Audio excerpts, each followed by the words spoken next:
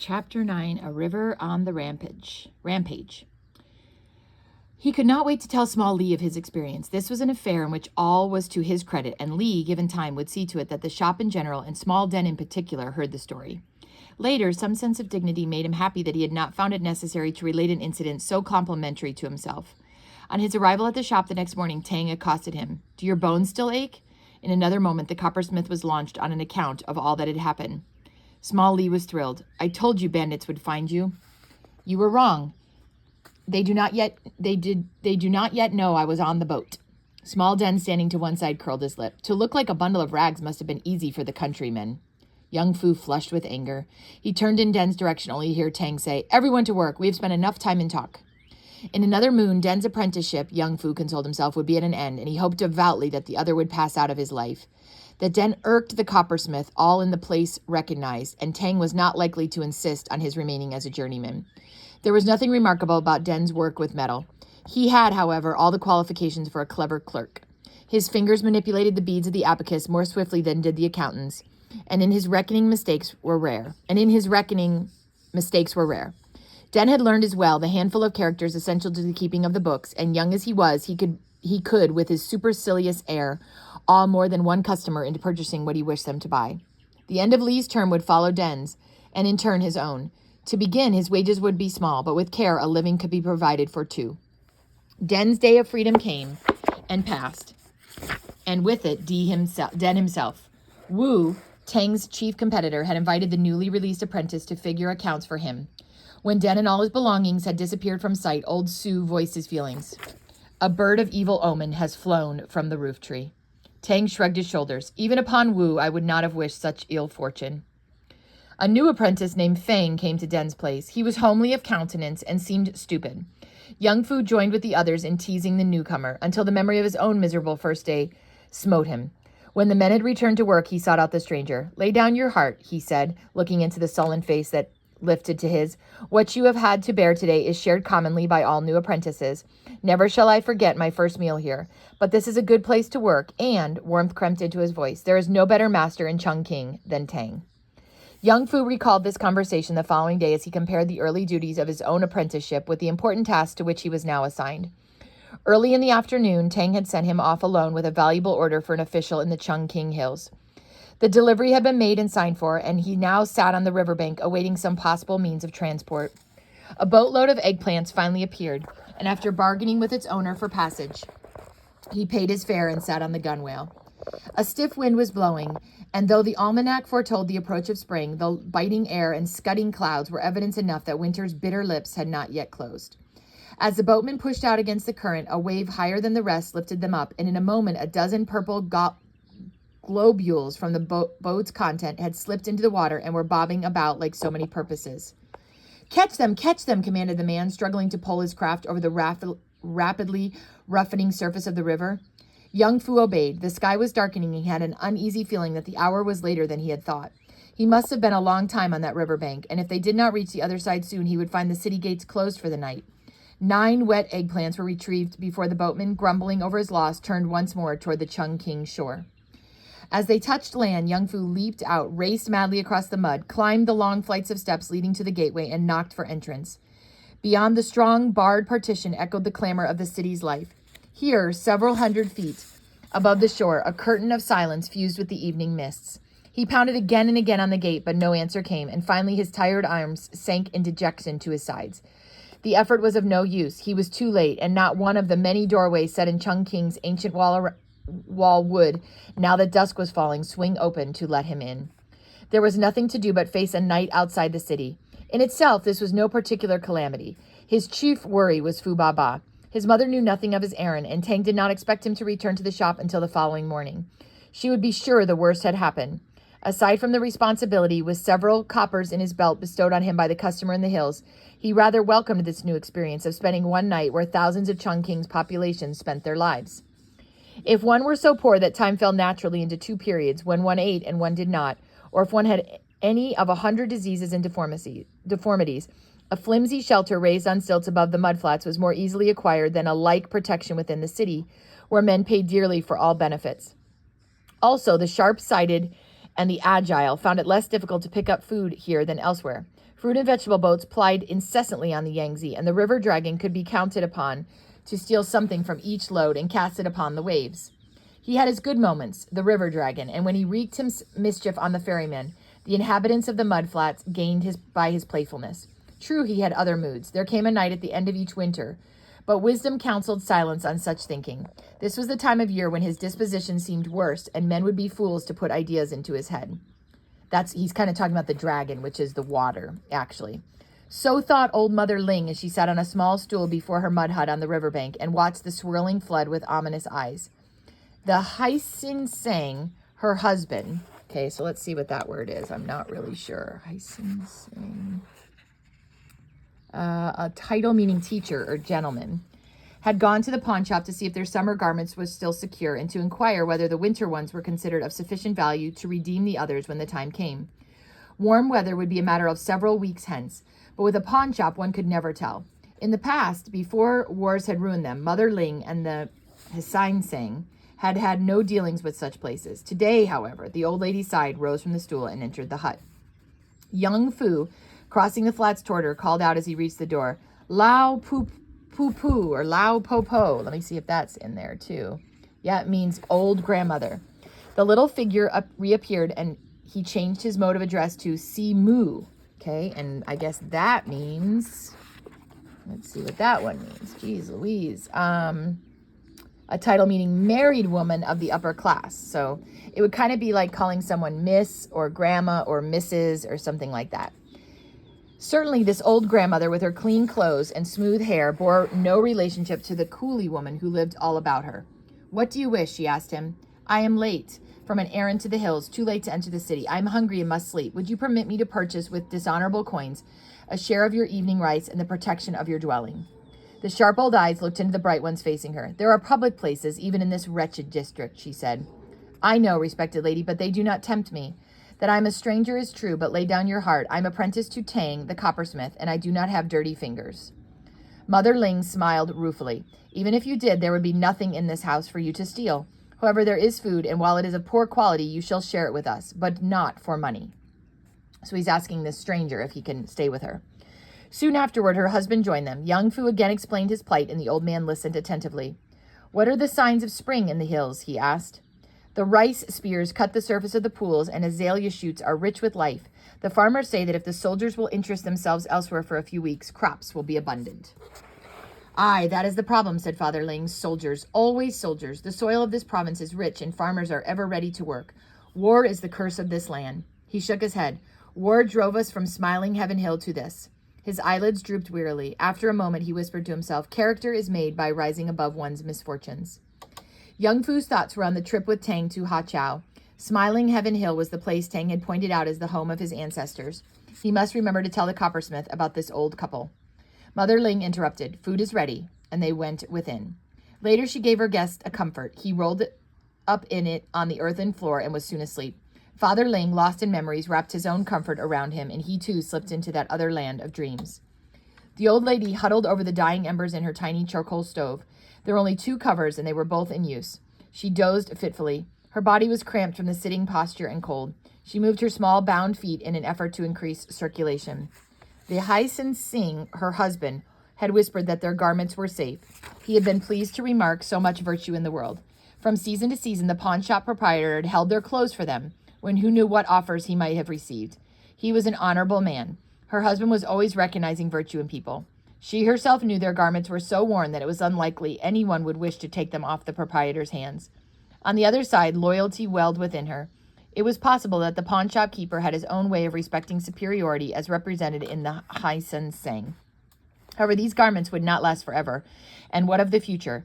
What her husband earned by writing occasional letters for passers-by at the nearest city gate barely bought food to keep them alive. Life was difficult. So for whatever reason, and I'm not exactly sure, they stored their food, their summer garments at a pawn shop in town, maybe so that nobody stole them.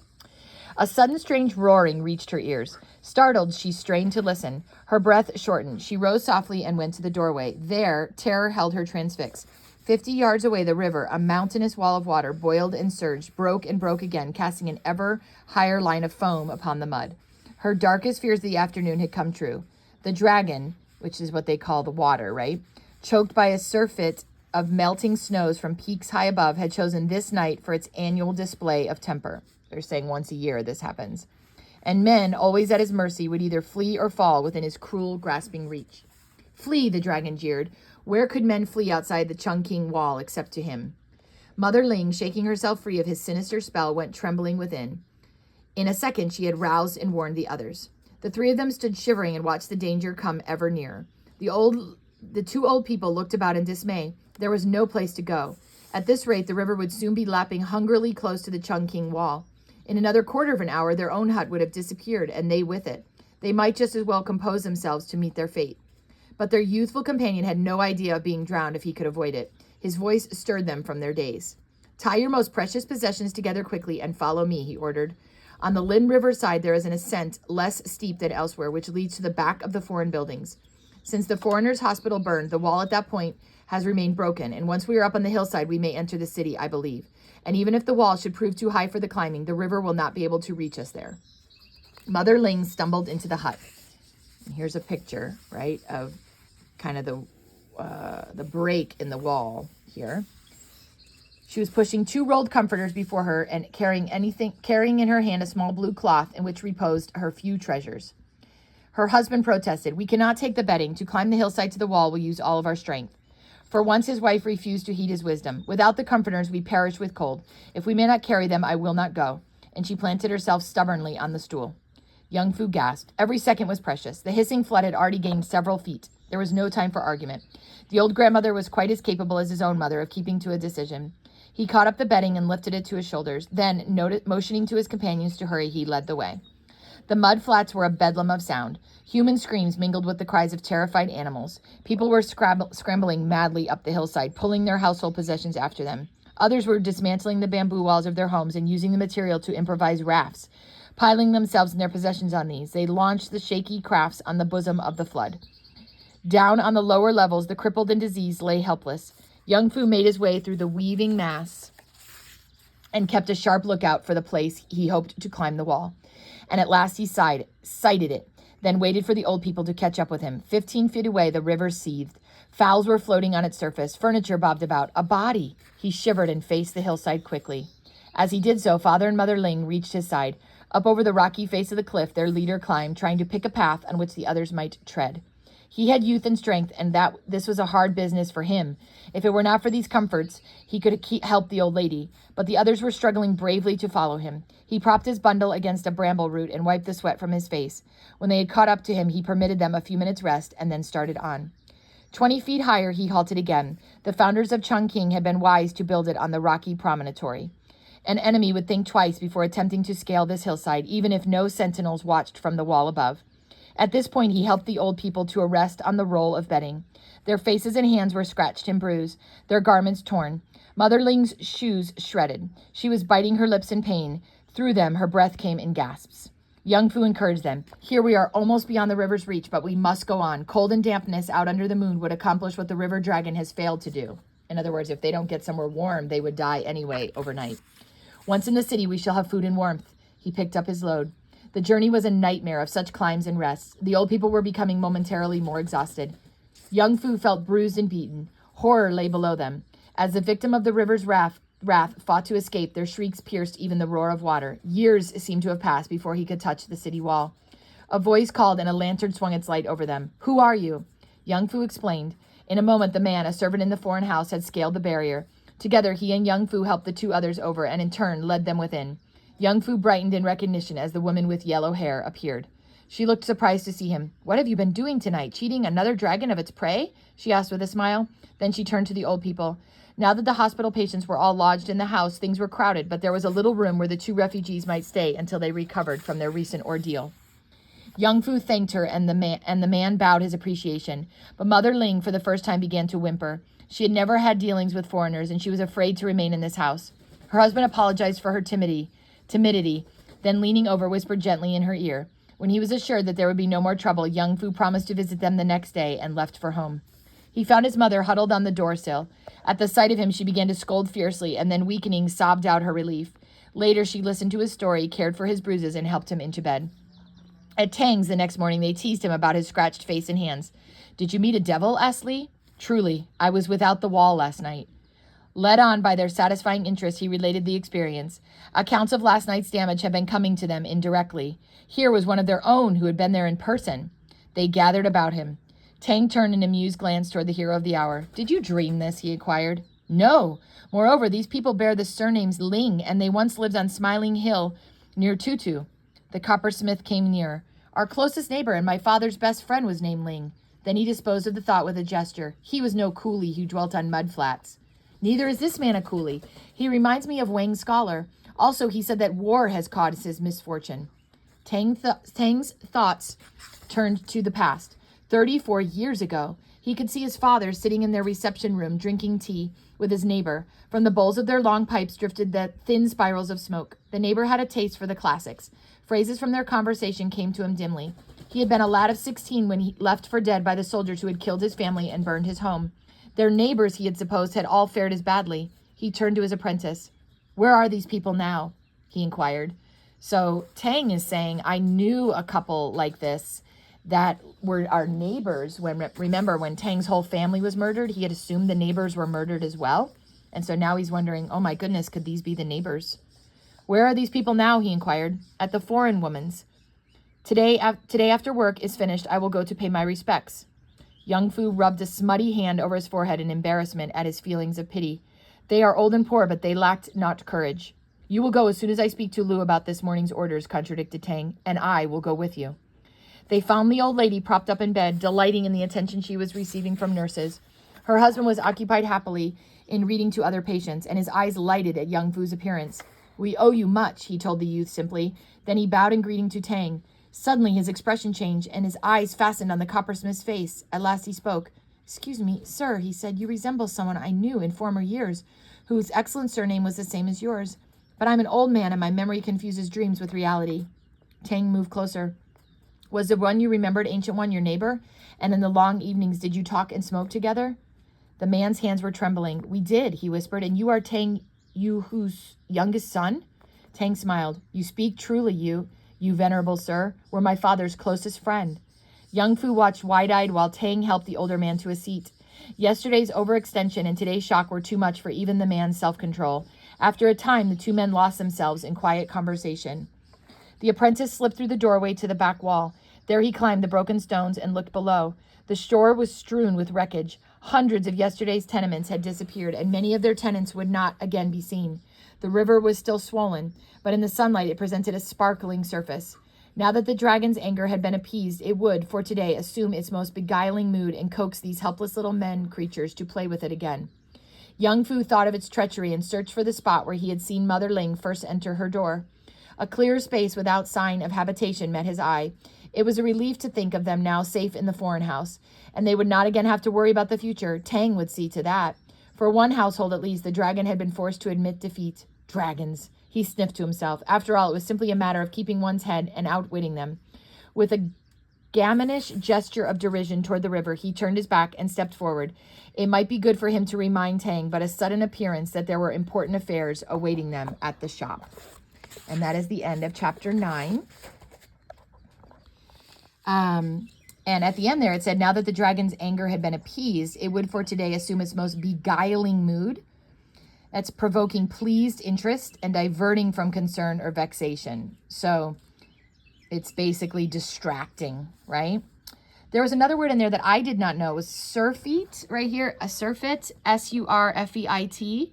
And that's an overabundant supply, yield, or amount of something. So if your garden gets a ton of cucumbers, right, then you would have too much. Your surname is your last name. And gaminish is like having the characteristics of a roguish or impudent boy. So kind of like a naughty boy. Okay, so here are some questions, and I want you to pick one to answer, okay? Why does Fu feel badly at being locked out of the city? Who lives outside of the walls? How often did the river flood? And what does it mean to have dirty fingers? So I'd like you to pick one of those 4 questions and answer it in a complete sentence for me in a comment.